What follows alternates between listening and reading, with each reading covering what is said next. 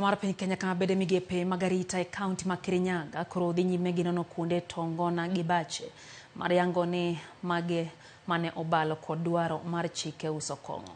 County Commissioner ma Kirinyaga Hussein Alason gi apisas madito magarita kaunti no osingo kedo matek gi ohala mag kuong' ma oko puodhi. Magitimore seche mag gavana ma kaunti no Waiguru ogolo chik matimo pedha ne bache makamago kendo mayo lesen mago matie tok chik. Toko ganda maromo 17 wito ngimagi bang' kuoto andi wono kamoko to odong' kagin muofni.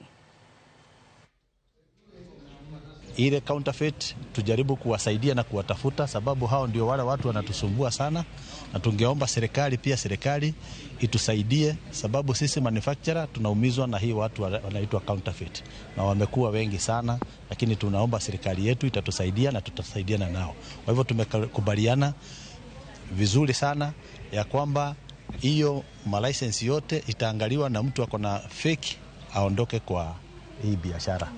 We have various committees, that is 20 of them, in each and every ones, composing of national government officials and county government officials, and the exercise is ongoing today and tomorrow, and we expect that at the end of the exercise, we are going to kick out or to mop out all alcoholic outlets that have been operating without a license, those who have been selling counterfeits.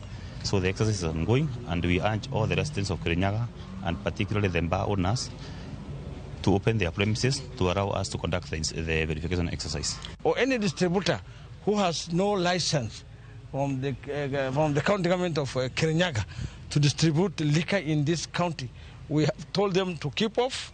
There's no distribution for them in this county. And we also go further and verify even their products, working together with KRA, KEBS, NACADA, anti-counterfeit agencies. We will verify the products they are distributing. Senator